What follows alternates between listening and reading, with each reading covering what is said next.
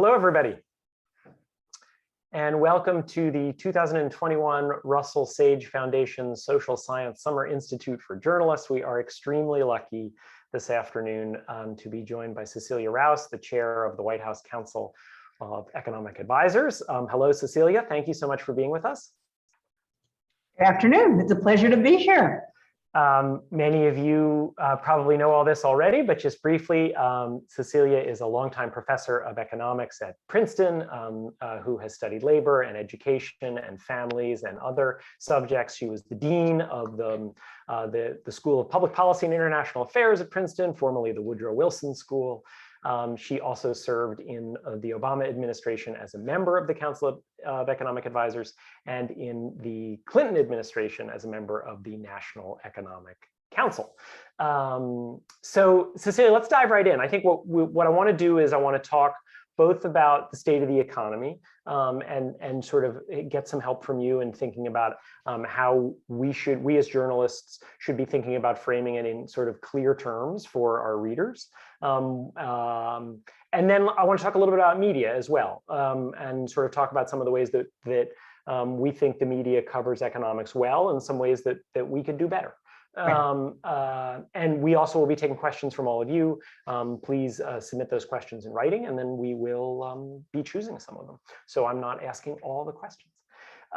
So it feels to me that the fundamental tension right now, at least in terms of the short-term economy, is we've gone through basically 2 decades, the entire 20th century, in which more often than not, economic growth has disappointed. When you compare what experts said the economy was going to do a year or 2 later with what it actually did, it's repeatedly fallen short of what they expected.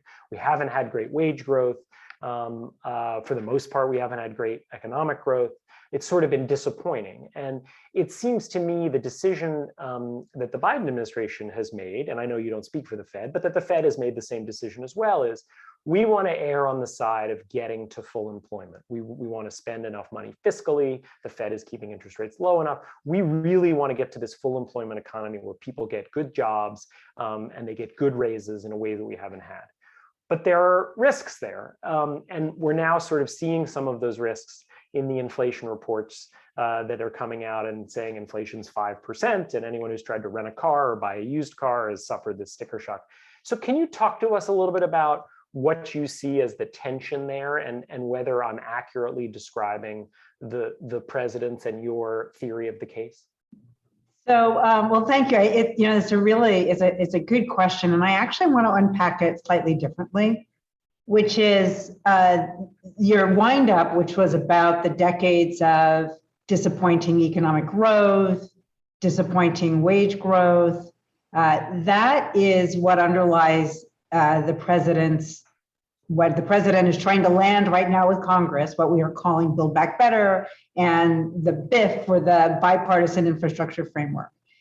Those kinds of investments are meant to be addressing the decades lack of investment in infrastructure, R&D. It's meant to be trying to make investments in the economy. We can come back to this in just a minute, that we believe will actually help us increase economic growth and have that growth be more widely shared. So that was meant to be addressing problems that existed before the pandemic. The American Rescue Plan and the great efforts that many people, or some people, you have Jason Furman on after me, so he may be saying some of this, Michael Strain as well, where maybe maybe it was the American Rescue Plan was too rich, which I think that we will still see, and maybe we may be suffering from some of the consequences, was meant to deal with the pandemic. I mean, that was really emergency, stimulus, if you want to call it. It was emergency aid to say we have a pandemic which requires us to power down our economy with social, physical distancing and the health precautions, and people still need to eat, pay the rent, businesses who are viable need to get to the other side. So when you have the private sector unable to operate, right, and many sectors of the private sector couldn't operate, the public sector needs to step in. So that was purely rescue. And that was not meant to be trying to get us to full employment. We were at full employment largely before the pandemic struck. It's meant to get us back there, but there were structural problems in our economy even before the pandemic struck, and that's what Build Back Better and the bipartisan infrastructure framework are meant to address. Okay. And I guess to me, the overlap would be there are structural problems in the economy that the two bills now, the infrastructure bill that appears like it's be bipartisan, the families plan, which seems more likely to be a reconciliation bill, those are meant to address the long-term problems.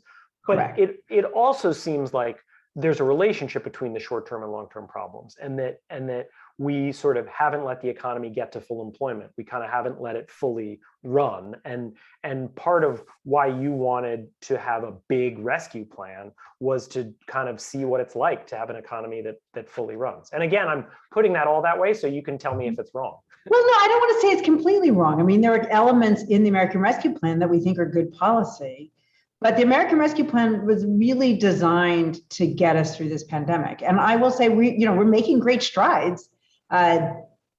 This morning, I'm trying to remember which day of the week is it. This morning we got new initial unemployment claims.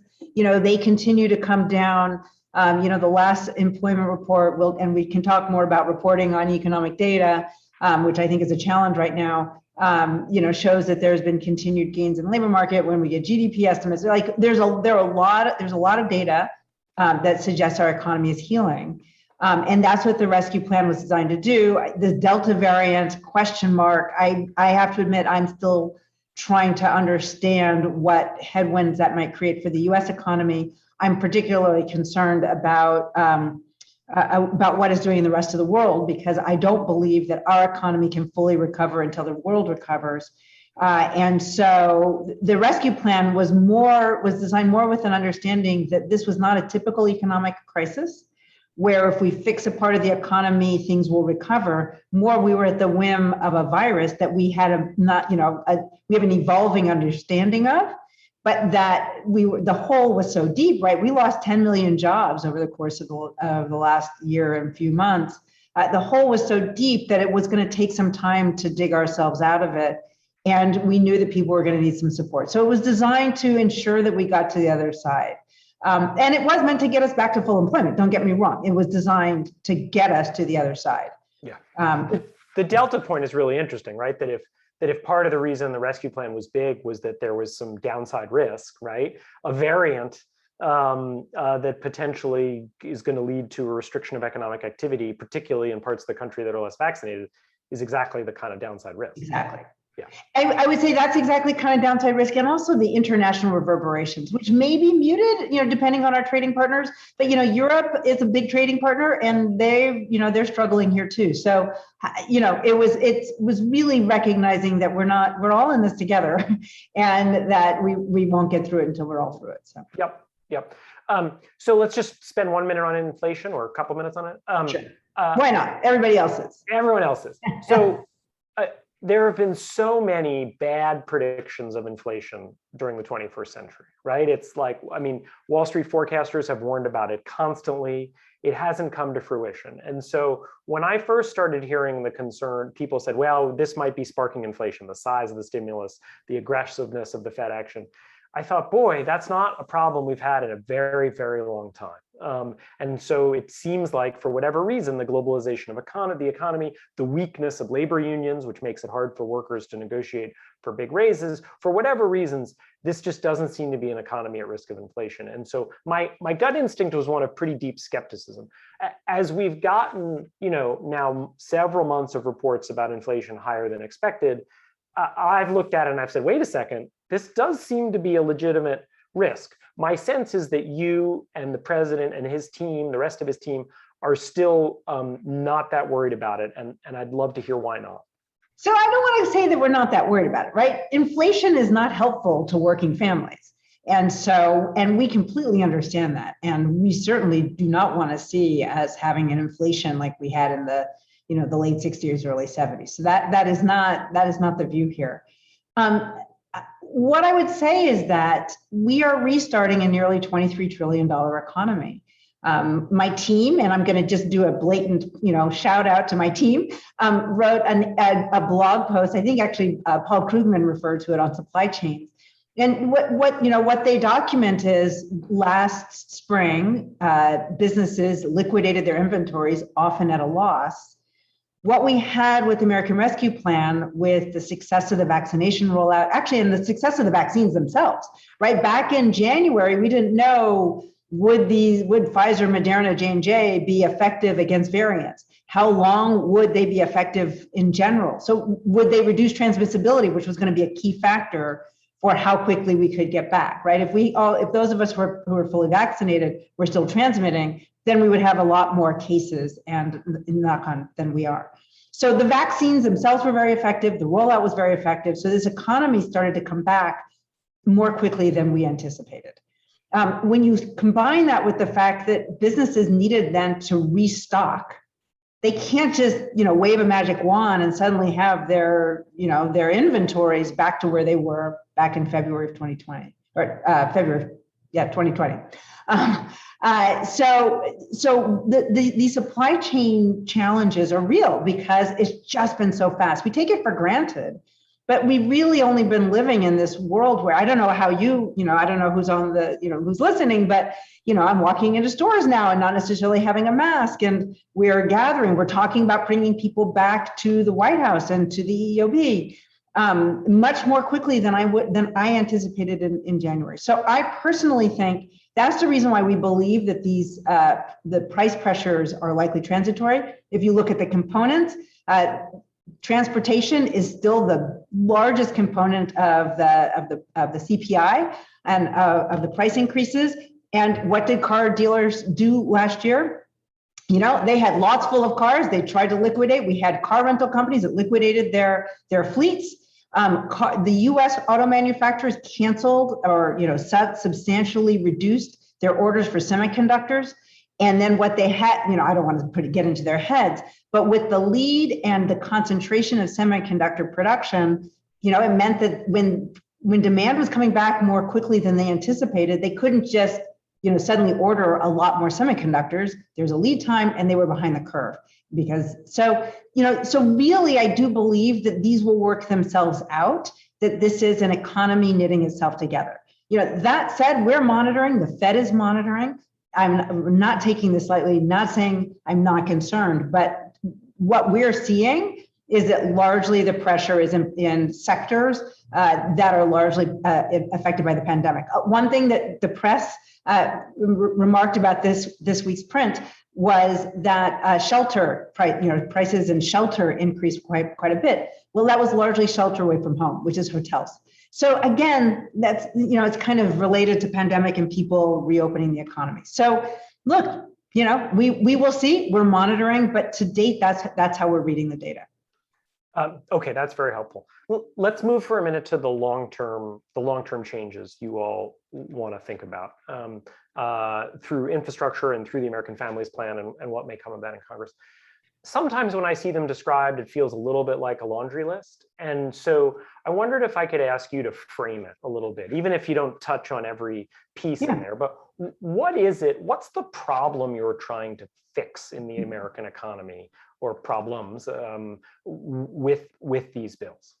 Sure. So the first in the physical infrastructure is the U.S. has been disinvesting in infrastructure over the past several decades. So we currently rank, I think it's 13th in the world in terms of our infrastructure investment, and that has been declining. And so, anybody who's been to a U.S. airport knows it is not the state of the art. It's not the greatest in the world. And we need to have productive roads or stable roads, airports, that kind of infrastructure. If anything that this pandemic taught us, broadband is becoming increasingly important. If we want to have, ensure that our businesses can operate with the lowest costs because they have these inputs that work well. So that is the premise of some of the infrastructure investments. In terms of R&D, which is also part of that was really part of now the Endless Frontiers, but it was originally part of the American Jobs Plan, and I think is USICA now. We also understand that the U.S. has been, I think in terms of levels, we're first in the world in terms of our investments in R&D, but we've been slipping as a percentage of GDP, and that there are important innovations that we need to be developing if we're going to address issues such as climate change. There are we know that there are problems for which we don't quite have the technological fix in terms of energy storage and the like, that we're going to need to solve if we're really going to be addressing climate change, which, as we know, is becoming an increasing problem and increasingly costly for our federal government, for businesses, for homes. So we know that the federal government has a unique role to play in investing in basic research. There are areas where the private sector just doesn't quite fully invest, and areas where there are, externalities, or where, there more have aspects of public good. So if, somebody does basic research, you can't always patent that part of it, or, it's easy for other people to benefit from one's own investments. So that's a great role for the federal government. The mRNA, technology that underlies Pfizer and Moderna, was initially funded by the federal government. So the idea there is that we know that innovation is key for economic growth. We should be investing in innovation. So we have physical infrastructure, we have innovation, and I'm going to put broadband under the physical infrastructure, and then we have human capital. And so we know that in order to be productive, we also have to have the workers and the people to make that sing as well. So investments in pre-K and childcare, the investments in the child tax credit, putting in a plug. Today, people are getting their first checks, because they'll come out monthly as part of the American Rescue Plan. Reducing child poverty, but the federal government scores that as they will, but we know that over time, that will pay for itself in terms of more productive people. Helping families balance work and family, allow this is sort of care being part of infrastructure. If someone's not taking care of your kids, it's pretty hard to go to work. Not to say that everybody has to work. I think it's fine for families to choose to have someone stay home. But for those that want to work or may have to work, having good childcare is a necessity in order to do so. So all of these are actually trying to solve the problems that we believe exist in our economy, and that underlie some of our decreasing labor force participation among men.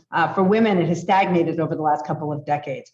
We know that part of that is not having paid family leave and not having adequate childcare. We lag the world in those kinds of investments. So that is the theory underneath the case. It's human capital, physical capital, and R&D, the three components of growth. Yeah. Watching some of the things, and I know you spent a lot of time talking to members of Congress, watching some of the things from Congress, particularly on voting rights, which I know we're not talking about, in the last few weeks, I do sort of wonder, well, wait a second, how is this ever going to get through Congress? I mean, do you feel like it's plausible that Democrats are going to remain united behind some version of this plan? I really hope so. Yeah, I really hope so. I think many people recognize this for being the perilous moment. It is definitely a moment. There's a president who has these ambitious plans, that recognizes the need for these kinds of investments, believes that there's an appropriate role for the public sector in working with the private sector, that we can make these kinds of generational investments, who believes that, fundamentally, we need to be doing these kinds of investments to support middle-class families and preserve our democracy. So, and I think many people, I'm not going to speak for Republicans, I'm working for a Democratic administration, at least on the Democratic side, recognize this for what it is.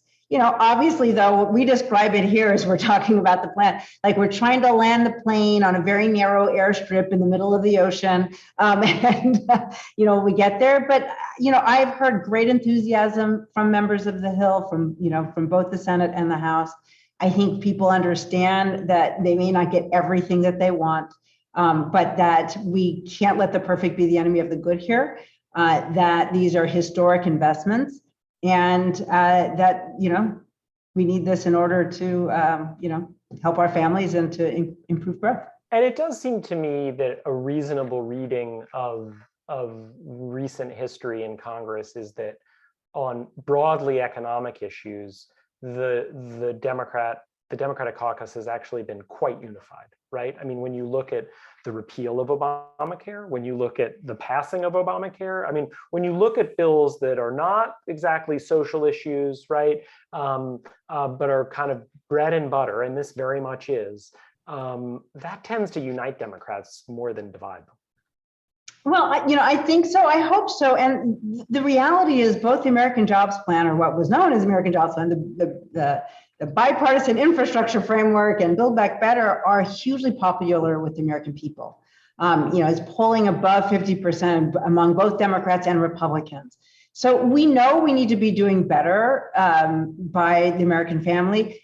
As we talked about workers haven't seen great increases in their wages for over a few decades. And yet it can be increasingly expensive with increasing health care costs, increasing post-secondary education costs. And so families are feeling as if they're being pulled in many directions and just working very hard just to keep their head above, I think I have analogies going awry here. But they are, families understand that they could use some assistance here and that we need to be doing something a little bit differently. Now we haven't talked about the fact that these are really big investments and they should not all be deficit financed. So the president is also, if we look at increasing wage and wealth inequality, our tax code is our mechanism to redistribute, and the federal government needs the resources to make these investments. So the president has put on the table, robust revenue raisers. He's agnostic really about what passes, but does believe that they should be paid for and that we should be making this tax code fairer. So I think that's also good economics, right? Our increasing inequality is not going to be healthy for our economy, either the economy or our democracy. Before I'm about to get to this, talk about the media, but actually we just had a question that came in that's so good that and so topical that I'm gonna do it now, and then we'll come back to the media. And it comes from Eleanor Muller from Politico. Does the US have the infrastructure in place to successfully funnel the funds Biden proposed for domestic policies as part of the American Rescue Plan to American workers? And I actually would expand it beyond the American Rescue Plan to the Families Plan as well. For example, do we have the infrastructure in place to get the hundreds of billions floated for childcare to where it needs to go? Well, that's always an important question, right? We don't want to just be spending lots of money and not having it go where it needs to go. What I will say is that President Biden presided over the Recovery Act, and that was very successful at getting the funds to where they needed to go. So, and I say that as vice president, this is what he was in charge of. I say that by saying that is top of mind for him as well. So for example, with the American Rescue Plan, he brought in Gene Sperling, who, if you know Gene Sperling, and most of you probably do if you're economics reporters, you know that he works tirelessly. And so, let's just take a moment to reflect on what is happening today with the child tax credit. We have, within the space of, what has it been, 5 months or so, when it was passed, the federal government actually getting those dollars out the door. Many people didn't believe that the Treasury Department would be able to get those funds to the families this calendar year. They thought for sure this isn't going to be something to help people get through the pandemic because they won't go out the door until 2022. So they doubted that could happen. Treasury got it together. And importantly, this is the first time ever that you have it going out monthly so that people will be able to use it to get through this pandemic. That was a heroic lift by the Treasury Department, but they pulled it off. I'm not going to say there won't be some glitches. I'm not in Treasury, so I can say that.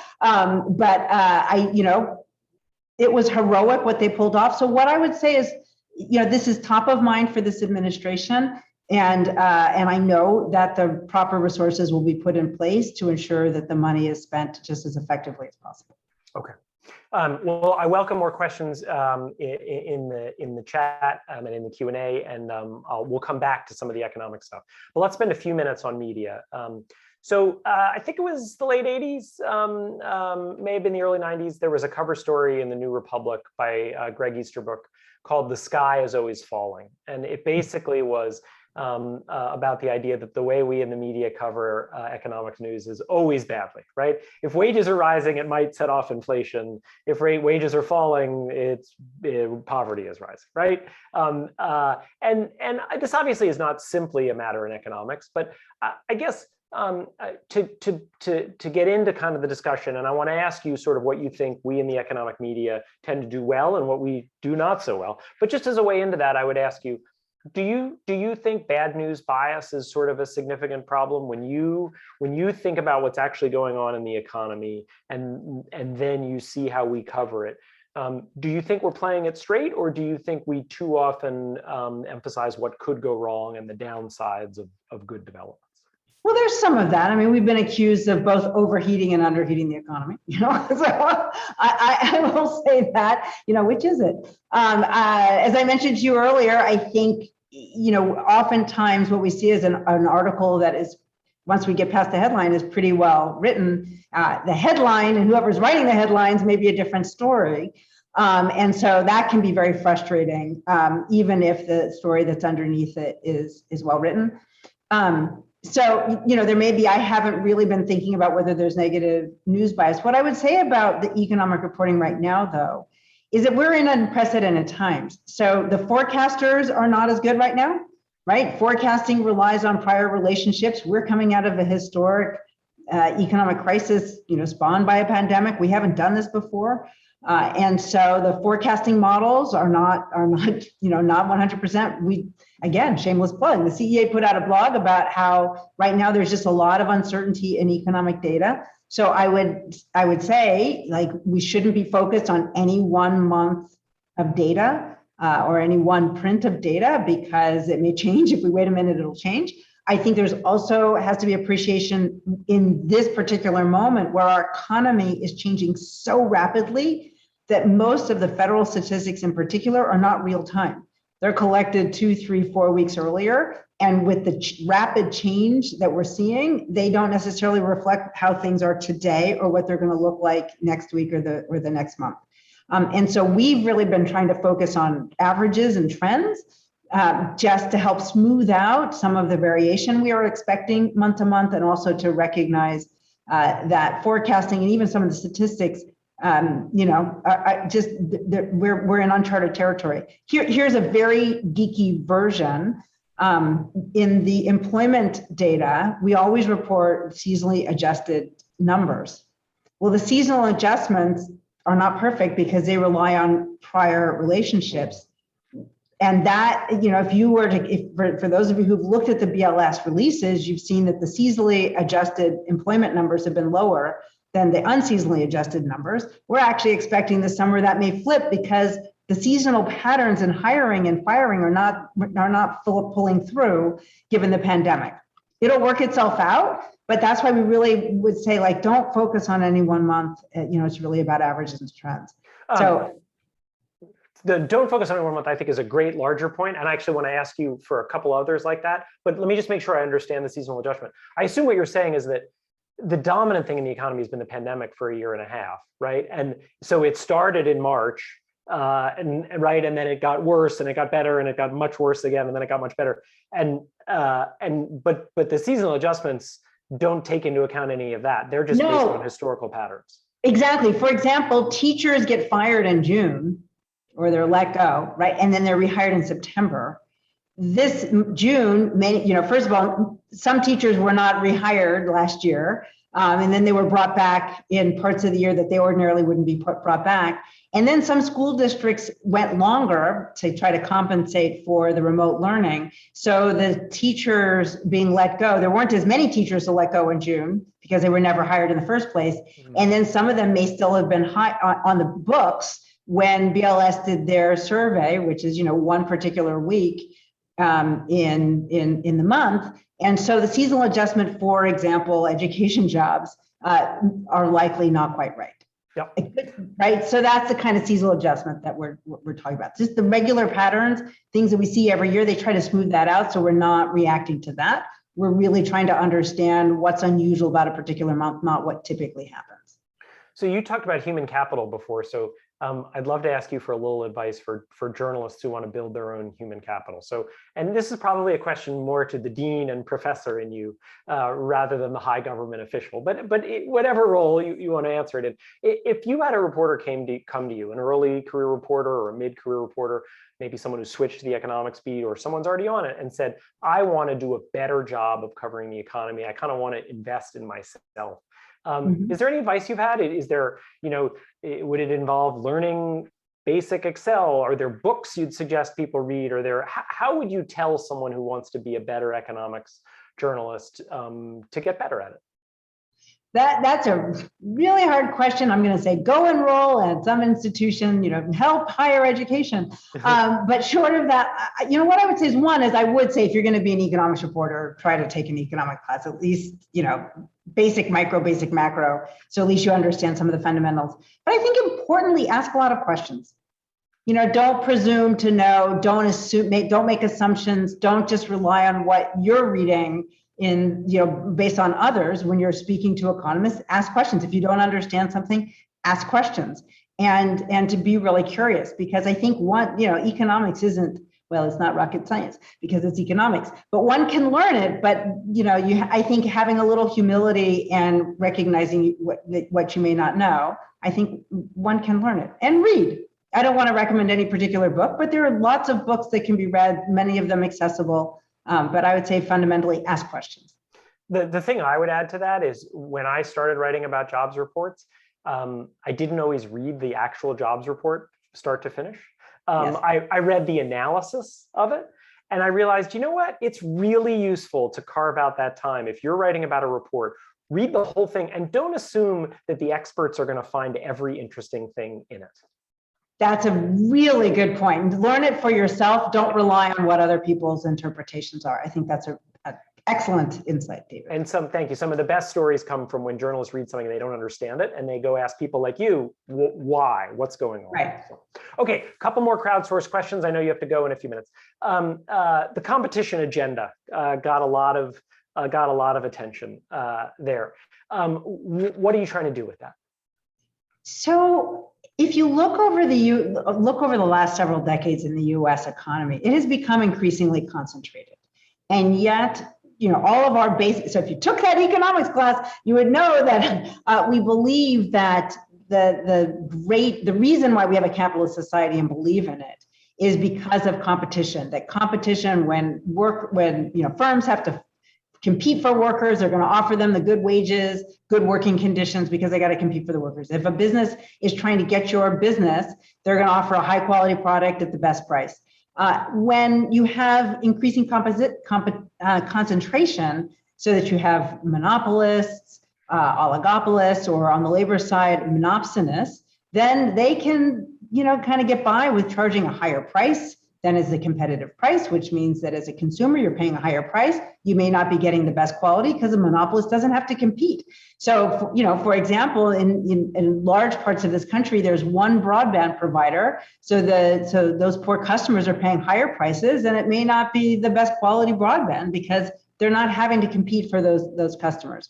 So, on the labor side, when you have monopsonists, they tend to pay lower wages and maybe not the best working conditions. So what we are saying is that we've gotten increasingly concentrated. We know that can be associated with increasing inequality. We know it can be associated with higher prices, and et cetera. And that if we really want to get our economy being the dynamic economy it should be, we need to be having competition. I mean, this is really economics 101.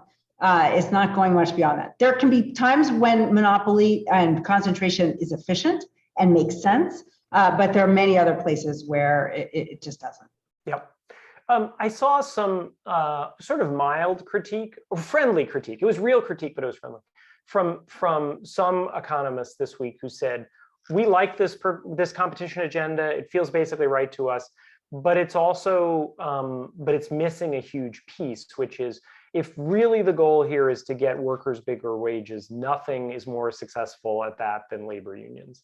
And it feels to me a little bit like the Biden administration is clearly on the side of increasing collective bargaining of labor unions through, is it the PRO Act? Is that the name of it? Yeah. It also seems that's highly unlikely to pass. So I won't ask you to assess its chance of passing, but Other than that, are there things the Biden administration is doing to try to strengthen workers' bargaining power? I'm not going to be able to tick this off on the part. I mean, the president is hugely supportive of that agenda.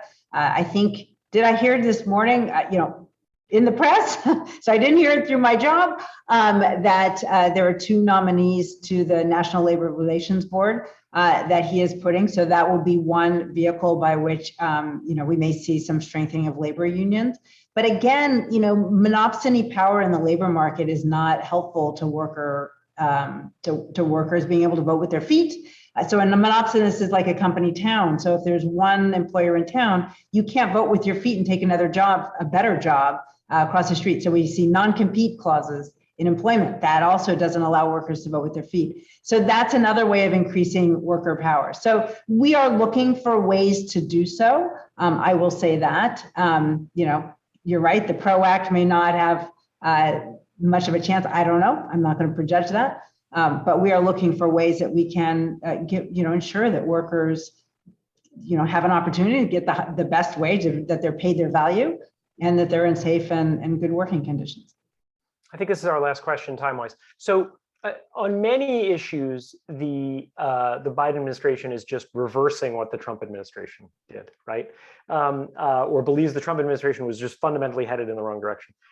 China feels different, which is, it feels like you think what he was doing Trump doing wasn't working, but that the notion that the bipartisan consensus on China pre-Trump was a little bit too dovish is something that the president does sort of seem to agree with. And so was the US sort of naive and too optimistic about what the rise of the Chinese economy would mean for the US? And does the president believe that we need to kind of change where this country was in terms of economic and diplomatic policy toward China relative to where the Obama and Bush administrations were?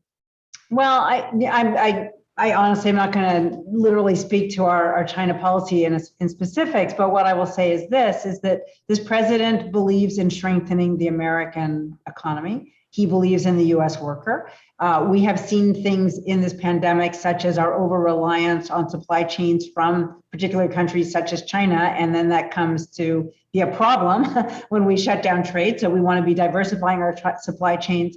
And also ensuring that those jobs that may have been outsourced to China, maybe some of them are actually maybe more effectively done in the US, and that's good for the US worker. It's good for the US economy. So what I would describe is that President Biden is pro-US economy. He doesn't want to, that means that he doesn't want to see China out research us, out innovate us. That's a better way to put it. He doesn't want to see China out innovate us. He doesn't want to see them, start to dominate. He believes in the American leadership, but he believes in our approach to China should be with our partners and with our peer countries.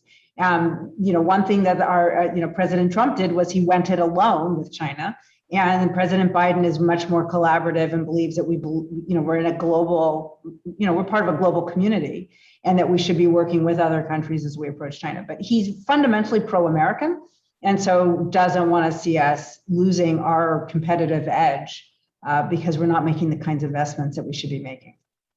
Well, I said last question. I'm going to cheat by asking a non-economics one, which is your full team back in the office? So is the White House sort of back up to full staff? No, not yet. So we're getting there. So I think the White House has started to bring back people.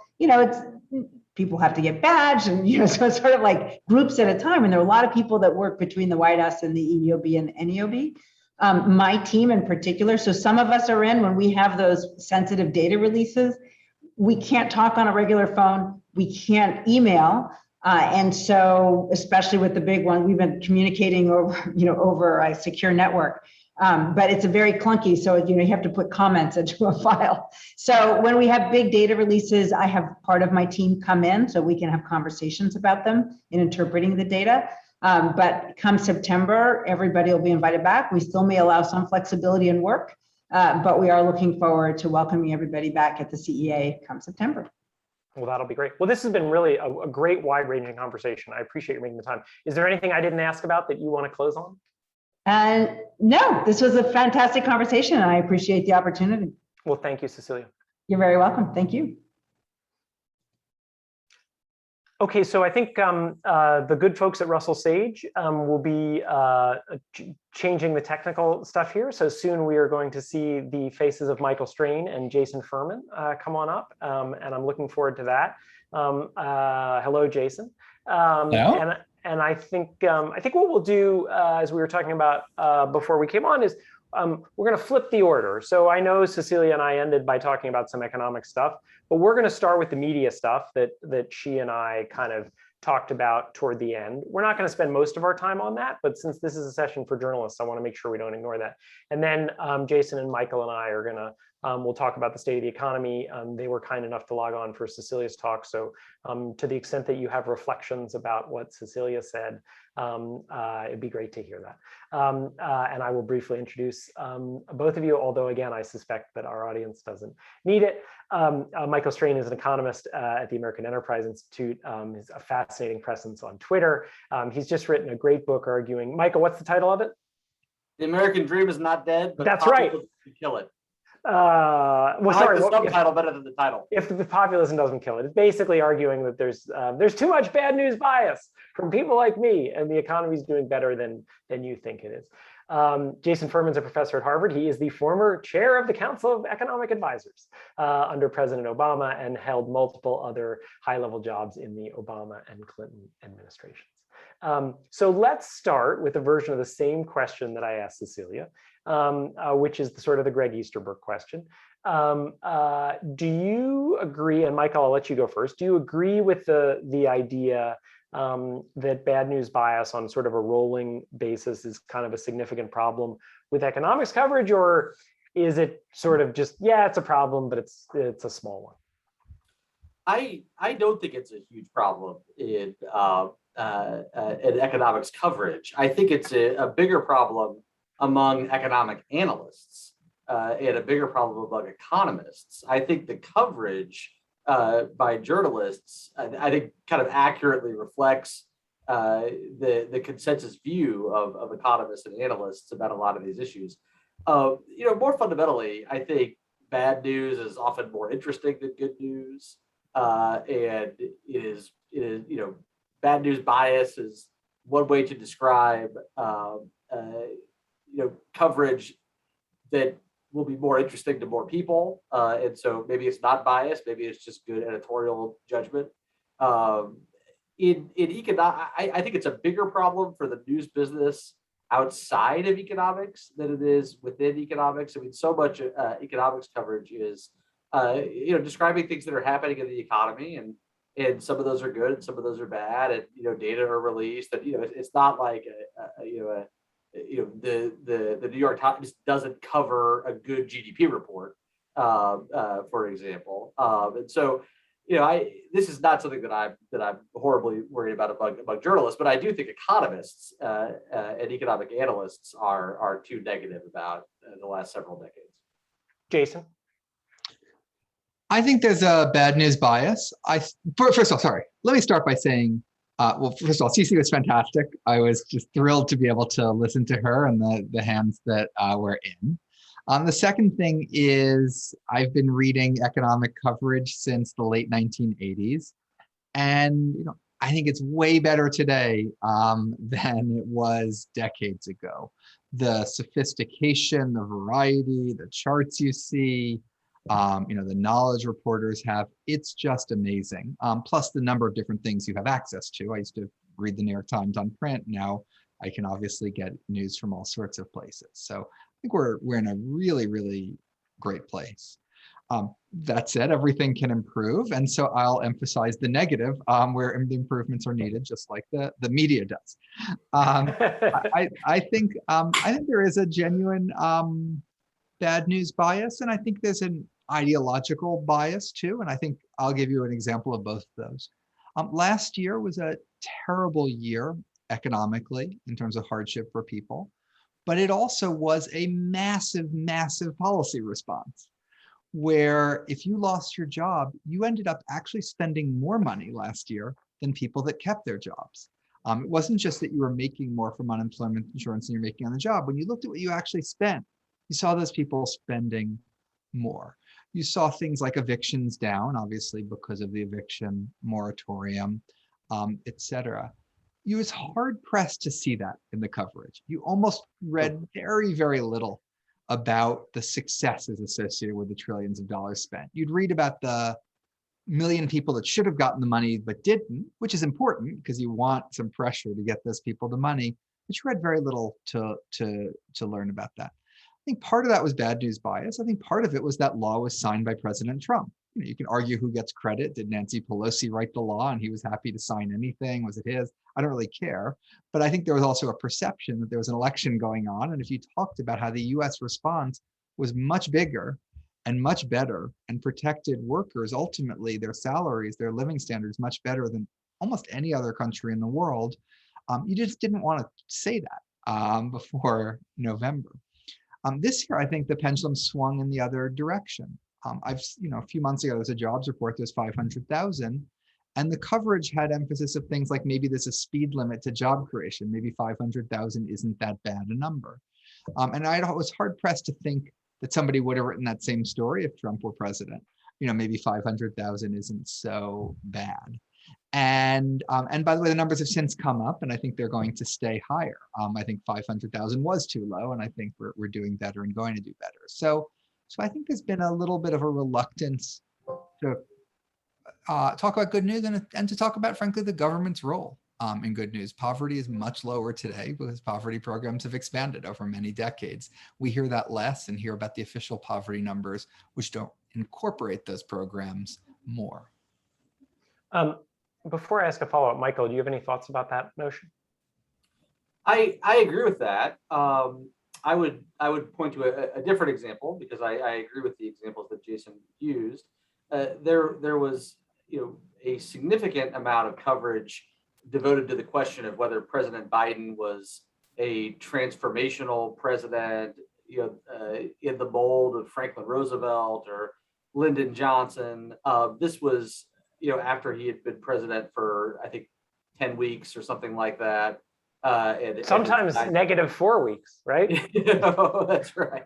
And it signed one law. It was a big law, but in my view, the CARES Act of March of 2020, which was roughly the same size as the American Rescue Plan, had a significantly larger economic impact than the American Rescue Plan did, and will be remembered by history as significantly more important than the American Rescue Plan. First of all, that comparison in and of itself was seldom made in the press, and there was not talk about President Trump, being the next Franklin Roosevelt, and this is perhaps even more surprising when you consider that the American Rescue Plan really was built on the framework of the CARES Act, extensions of unemployment benefit, generosity, and eligibility, checks to households, these key support for small businesses, these key features of the American Rescue Plan were present in the CARES Act as well. And I agree with Jason. I think there's there was a reluctance to praise President Trump, and then there was an appetite to praise President Biden.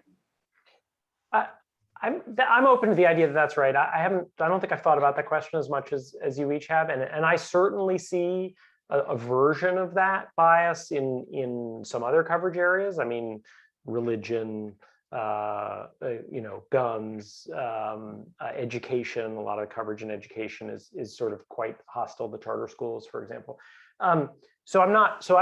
I agree with you, even if I'm not quite as sure as you all about the specifics, and maybe you're right about it.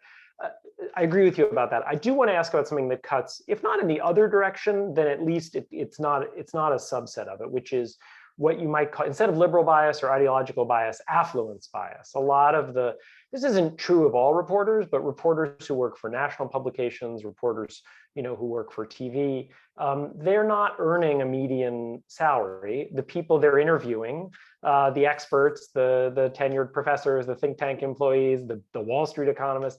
Those folks aren't either.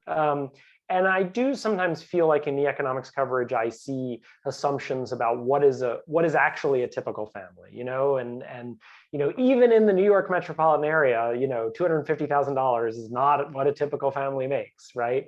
Do you share my sense, starting with Jason, that is also an issue in economics coverage? Yeah, and I apologize for the noise outside. Hopefully it's going to diminish or you're not hearing it. Yeah, I mean, my favorite example of this is, and I'll just go through all my old grievances. Under President Obama, we were designing a college plan, and it included about $30 billion of tax credits for college. I probably have the number wrong. And then we had two policies that offset a tiny portion of that cost. One of them reduced the deduction on student loan interest, and that only affected people who made less than $50,000 or $75,000 a year. And we spent a lot of time— More or less? Less, sorry, less. Less, okay. We spent a lot of time worrying about the blowback to that provision. We thought on net, we were giving people a lot of money. We were just taking back a tiny bit here and giving them a ton there, but we were worried it would be mischaracterized and we would be hit for this. And it included a relatively small change to 529 plans that primarily affect people that make 150,000 and up, that we put very little thought and attention into. The 529 thing blew up like almost no policy I was involved in 8 years in terms of the massive amount of pushback. I did a breakfast with reporters a few days after our whole budget came out of the State of the Union, whenever that was. And the first 3 questions were about these 529 plans. And I think it's because everyone sitting at that table had one. No one asked about how on net we were giving an extra $30 billion for college. No one asked about the student loan interest deduction, which affected people making $50,000 or $40,000 a year. It was this. So I think college might even be actually the worst example of where that affluence bias comes to bear. I mean, there's famous things about student debt in news stories, and the median student debt in a news story is like $100,000, which is 4x the actual median student debt. Yeah, and the before you jump in, Michael, the actual median's problem with student debt is the person who doesn't have a college degree. Disagree with me if you disagree. Who doesn't have a college degree and has amounts of debt that may sound modest, 10, 20, 30,000. But if you don't have a college degree, that's actually a big problem. But the median person profiled is the poetry grad with 100 grand in debt. Michael, do you agree? Yeah, I remember the 529 debacle. It was remarkable to watch public opinion swarm like that here, or at least the opinion of folks in Washington jump on that. I think this is a problem, and David, my first thought was similar to the student loan example that you just gave. I think there's a tendency to treat small amounts of money as if they're much smaller than they actually are. And so in the policy debate over the increased generosity of unemployment benefits, for example, President Trump signed into law a $600 weekly supplement. President Biden signed into law a $300 weekly supplement. And I think a lot of the coverage treats those as quite small amounts of money. In the case of 300, you're coming close to doubling standard weekly unemployment benefits. On average, a person receives about $350 a week from unemployment benefits. President Biden added 300 to that. President Trump, you're increasing it, by 600. That's really a lot of money for a lot of people. It's a lot of money for the bottom half of the wage distribution. And I feel like the press coverage didn't adequately appreciate that. And we're seeing that in the debate now, I think, over whether or not unemployment benefits are holding back workers, holding back labor supply, keeping workers on the sidelines. That's a debate. And I, in my view, they are. Reasonable people disagree. It's too early to really know based on the evidence. But I feel like a lot of the press coverage is kind of biased toward that not being plausible, in part, I think, given how little $300 a week sounds to a lot of journalists. But when you take that 300 and add it to the 350, you're in a situation where around half of workers have a higher income from unemployment benefits at $650 a week on average than they had in their previous job. So it's really, it's quite a bit of money, relatively speaking, and it's a completely plausible hypothesis. My favorite, Jason, that's a great example. I hadn't heard the 529 story. My favorite example is older. I think it's 04, but it could be 2000. There was some primary, I think it was a Democratic primary debate held at St. Anselm College. Jason, maybe you were there. And the moderator said to the candidates, you all want to raise taxes on people making more than, I don't remember the exact number, $200,000. That's a middle class. That can be a middle class 2-income household, like imagine 2 St. Anselm professors, and the audience burst out laughing, right? It was clear that the moderator, whoever television journalist, I'm sure a very good television journalist, whatever his view of what a St. Anselm professor makes did not line up with the view of the St. Anselm audience about how. Reminds me of a time I was helping President Obama, or then candidate Obama, with debate prep, and we were doing town hall, and I was being one of the participants in town hall, and I'm like, Senator, I'm having trouble paying for milk, and what would you? And he just started laughing. My favorite example is I don't remember where this appeared, but it was a breakdown of how a couple in New York would spend $400,000 a year, and the conclusion of the story was that you could have a $400,000 a year household income and be broke. Right. Whereas, of course, the vast majority of New Yorkers have an income, right, far, far short of that. And okay, I want to ask you a version of a question that I asked Cecilia, and then we'll move on off media stuff and on to economic stuff. If a journalist came to you and said, I want to get better at what I do, what would you advise that person to do? How can either an economics journalist or a budding economics journalist, and maybe you may want to make it broader, social science, how can they invest in themselves and get better at what they do? It's a big question. I think that was the only question you had that Cecilia didn't have a fully adequate answer to, because I don't think there is a fully adequate answer. I think talking to a wide range of people, and to say something against Mike's interest and against my interest, don't just find people on Twitter. For example, try to figure out who's done research in that area, who's a genuine expert in that area. There's something called the National Bureau of Economic Research. It divides its work up into 25 programs. Look at who the 2 heads of the program are. For monetary economics, it's Emmy Nakamura and John Steinson. Call up the 2 of them. I must never see them quoted in the paper. Maybe it's because they don't answer calls, so I might have just given you bad advice. But they're 2 of the biggest experts on monetary policy in the country, and they're not heavily enmeshed and taken aside in every day-to-day debate. So I think, I talk to so many people, and by the way, I'm happy to talk to you too, so you can call me. And I'm happy. I don't know if everyone's this way. I love talking to people off the record, just to help them understand things and to think through them. I'm happy to do quotes too, but for me, it's a lot of fun just to help understand. And I think there's a lot of people out there that are happy to take their time to actually teach you if you want to call them up and listen. So that would be, my biggest imperfect advice. Actually, I'm going to piggyback on 2 of those things before Michael, you go, which is not only can you look up the list of who's in a program at the NBER, but there is a search engine.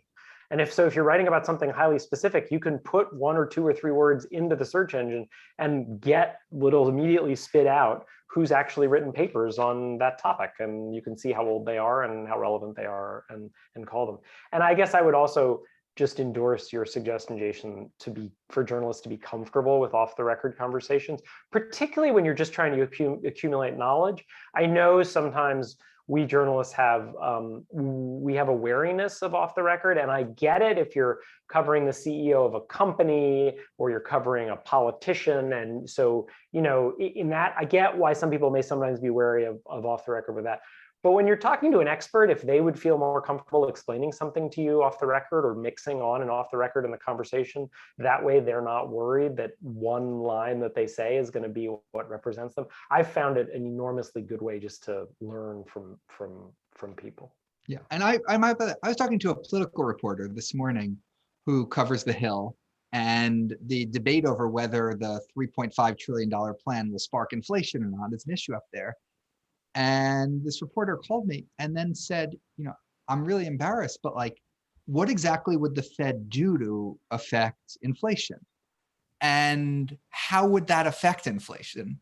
And I'm like, she's like, I feel bad asking you this. I'm like, I teach introductory economics. Like, I explain this every year.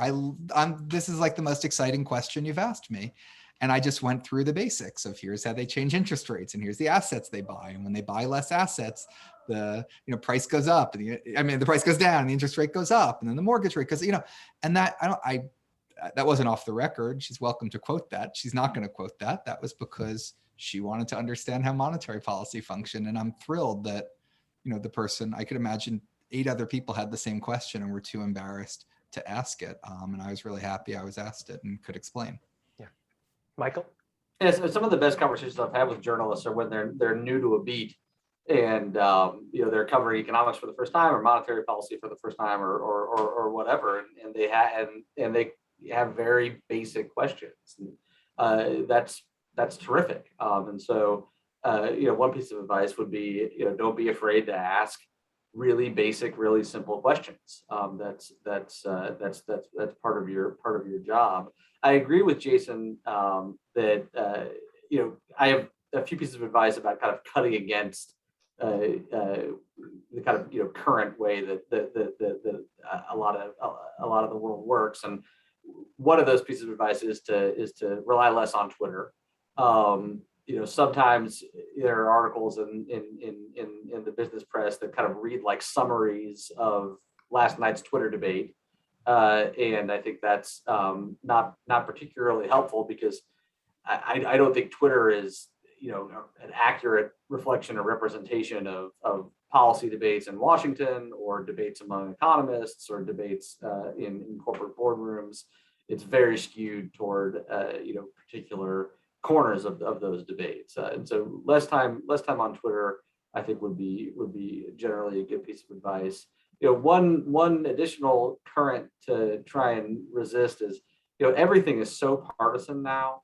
And if you're calling people to talk to them, unless you're looking for, a Republican Party kind of person, or a Democratic Party person, try to avoid talking to sources who are excessively partisan. If you want to get an expert's independent view, then call people who are going to give you an expert's independent view. Don't call people who are going to conflate an expert's independent view with the interests of one of the two political parties.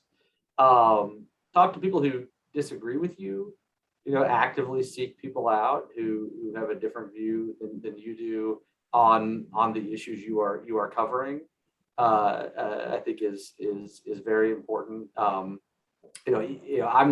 I'm not a journalist, but I practice that for my own work, and I've learned as much or more from talking to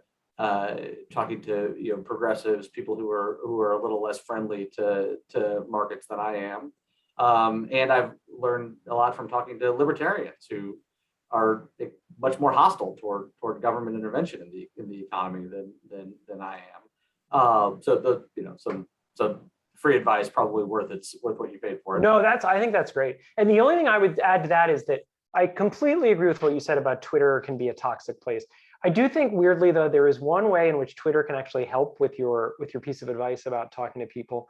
I find that when I tweet, if I write something and I tweet basically a summary of it in 4 or 5 tweets, it is a relatively efficient way to hear criticism.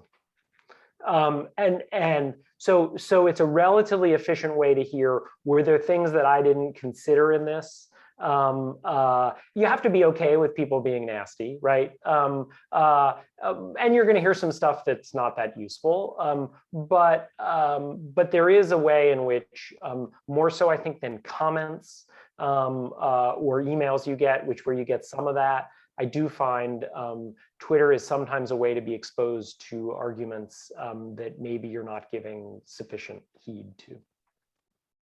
And you also discover sources sometimes, but yes, but many of us spend too much time on Twitter and not too well. Okay, so let's talk about the economy. So inflation. Michael, Jason, you've been quite outspoken about it, actually. And so I know exactly what I want to ask you. Michael, I'm going to start with you because I actually am less sure what you're going to say about it. How concerned are you about inflation right now? And what did you think of Cecilia's basic diagnosis of it?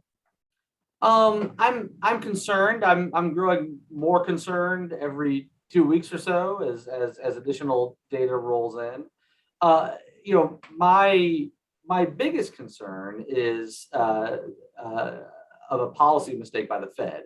I'm worried that the Fed is going to wake up one day, feel like they've been behind the curve, remember that monetary policy operates with lags, and start preemptively pulling back economic support in an effort to slow the economy that would result in the Fed putting the economy into reverse, which in turn would result in some of the lowest wage workers and lowest income households missing out on the benefits of the recovery. I am worried about persistent inflation. I'm worried that we could have 2 years of this, maybe more. And I'm also worried about persistent and increasing inflation, where we have 5% and then 7% and then 9%, and then we really are in a bad place.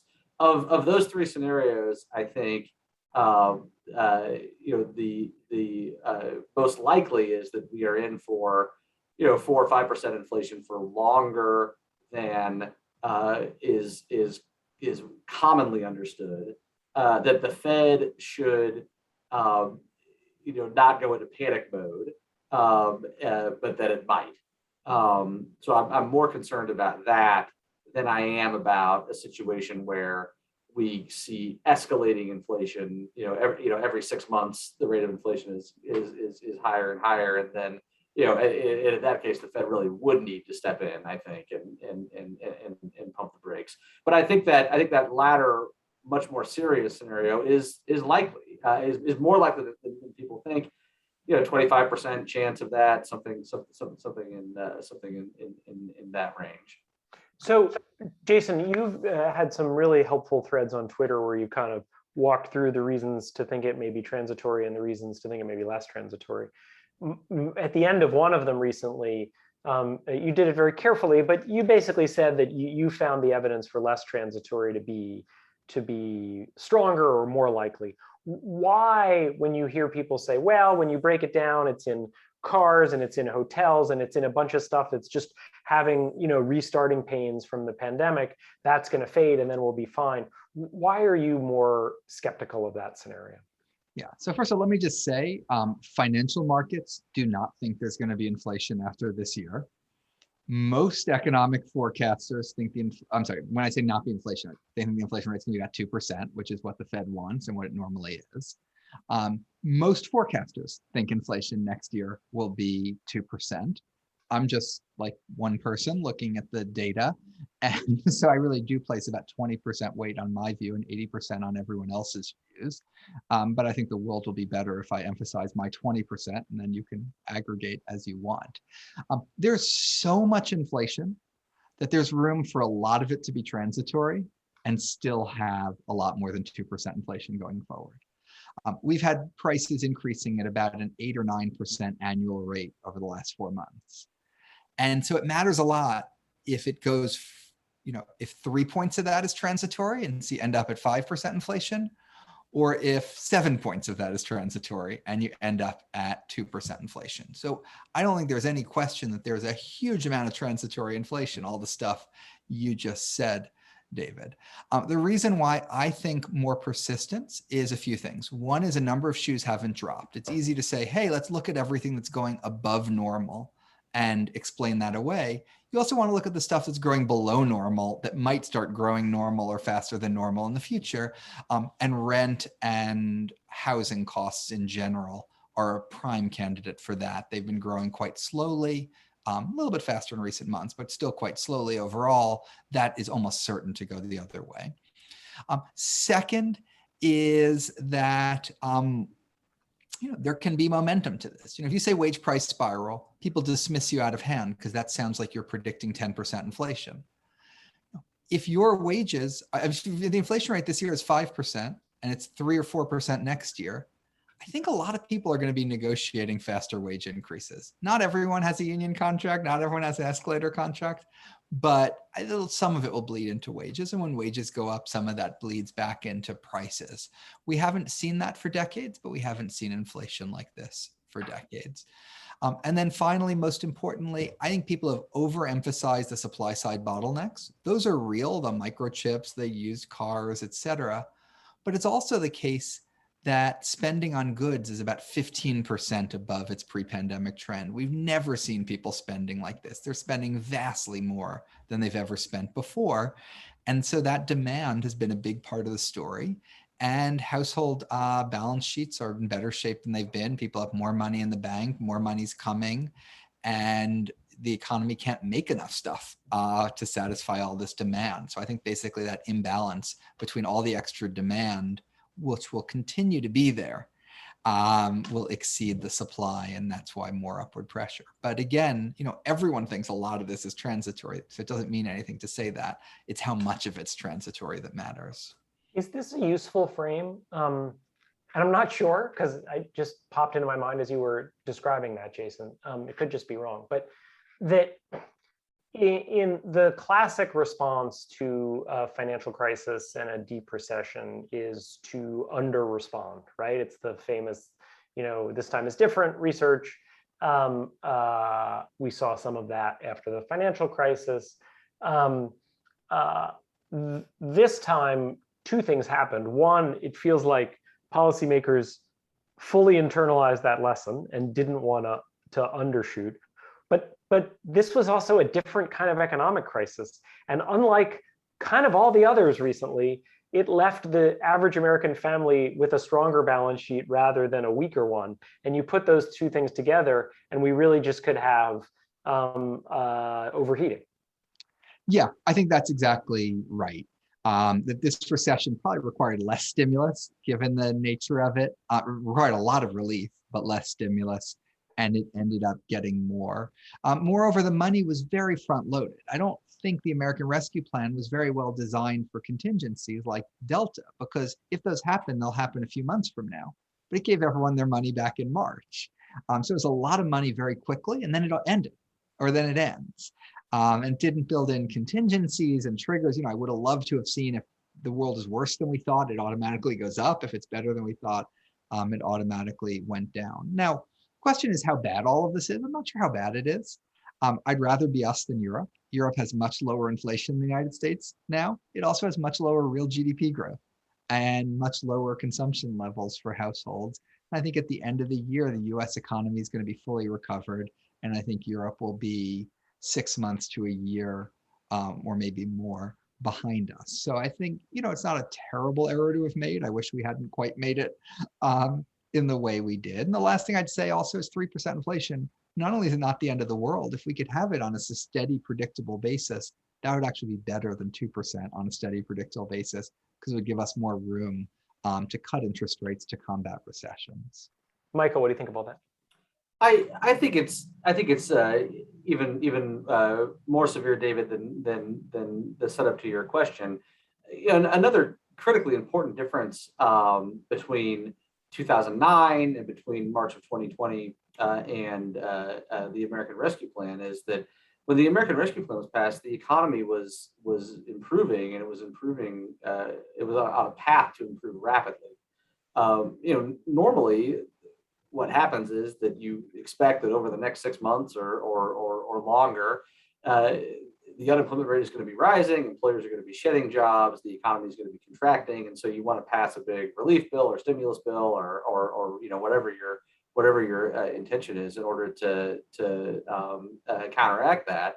The American Rescue Plan, was passed at a time when households were sitting on $2 trillion of excess savings. It was passed just a few months after a $900 billion relief and stimulus law was passed, which President Trump signed in December of 2020, and the policy debates seem to have forgotten existed. It was passed when vaccines were on the horizon, when reopenings were on the horizon, when the unemployment rate was dropping, not increasing. I agree with Jason. How big of a mistake is this? I'd rather be the United States than be Europe. I completely agree with that. But a 25% chance of a true kind of wage price spiral, a 25% chance of inflation, growing, every half year, 5%, 7%, 9%. A big chance of the Fed short-circuiting the recovery in order to head off price pressures, leaving behind low-wage workers and low-income households. I mean, that's not good, and it wasn't necessary. It wasn't necessary given what we knew at the time. Two related questions from the audience. First one specifically for Michael, but I'll ask them both. Michael, you go first, and then Jason can pick which one he wants to weigh in on, or both. Even if the rescue plan was not right for the macro economy, isn't the tilt of its spending on lower income families beneficial for reducing inequality? As people in the audience probably know, the rescue plan was substantially progressive in terms of where the dollars went. And then the other question was, given the extent of inequality, wouldn't it be beneficial for the economy in the long run if workers get higher wages as a result of the increased demand Jason mentioned? So I guess I would sort of qualify this both as we've sort of been just focusing on the magnitude of these plans, but they and of the potential economic effects. But is there a chance that basically what they do is they come with some inflation risk, but they also really have the opportunity to rebalance the economy toward middle class and working class and low income families? No, I'm not optimistic about the rescue plan's ability to do any of that.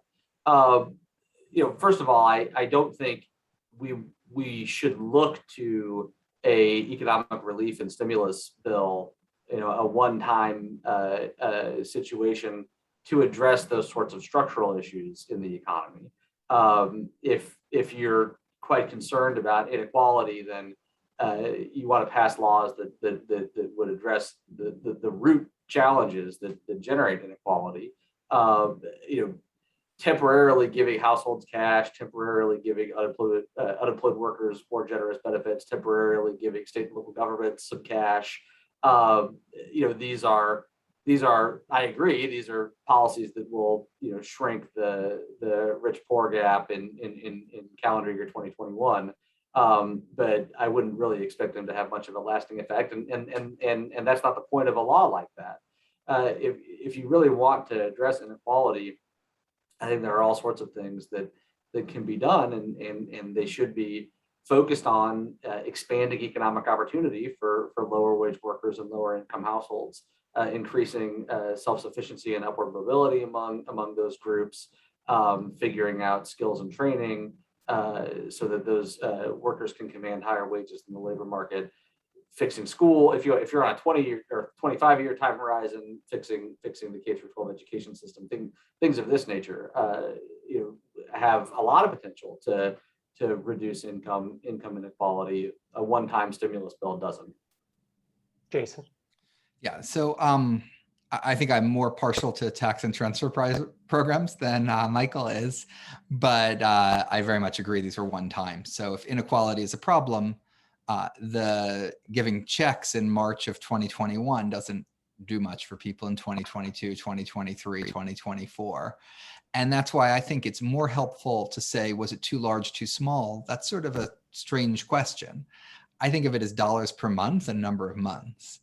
And it was too many dollars per month, but it actually wasn't enough months. You know, if you wanted to give people money every year for 5 years and have it add up to what was given there and have that as your way of combating inequality, and then if you can afford to do it, continue it, you know, maybe that would have been okay. So on the bargaining power question, you know, it has been a strongly accepted view, which I think is 3/4 true, but not 100% true, that whenever you heat up the economy, it's going to raise wages.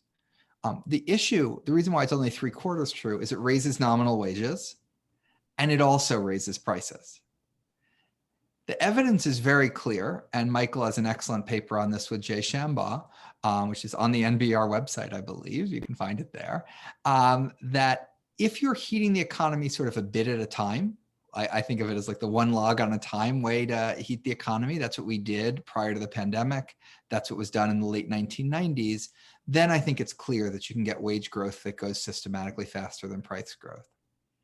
If you try to do too much at once, you throw all the logs on the fire at once, you got the situation we're in this year when it is almost certainly going to be the case that prices grow faster than wages, or at least a lot closer to wages than they normally do. So this is not going to be a good year for real wages. In fact, it's going to be quite a bad year for real wages. I think next year won't be a particularly great year for real wages either. So I definitely think sustained multi-year demand, more and more and more of it is great, but you don't want to get like massive amounts all of a sudden. What's an example historically? When else have we thrown so many logs on the fire that prices got ahead of wages? You saw that in the 60s, actually. The inflation that people use as the model for thinking about it now, price inflation there started about 1.5 years before wage inflation. And so real wages from, I don't know, 1965 to 1967 fell a decent amount. And that's Vietnam and Great Society and stuff like that. And in general, there's international evidence on, you know, you can call it the pro-cyclicality of real wages. You know, do real wages rise more in booms? And it's a little bit weaker, the evidence around that internationally, than the intuition we all have that it's 100% true 100% of the time.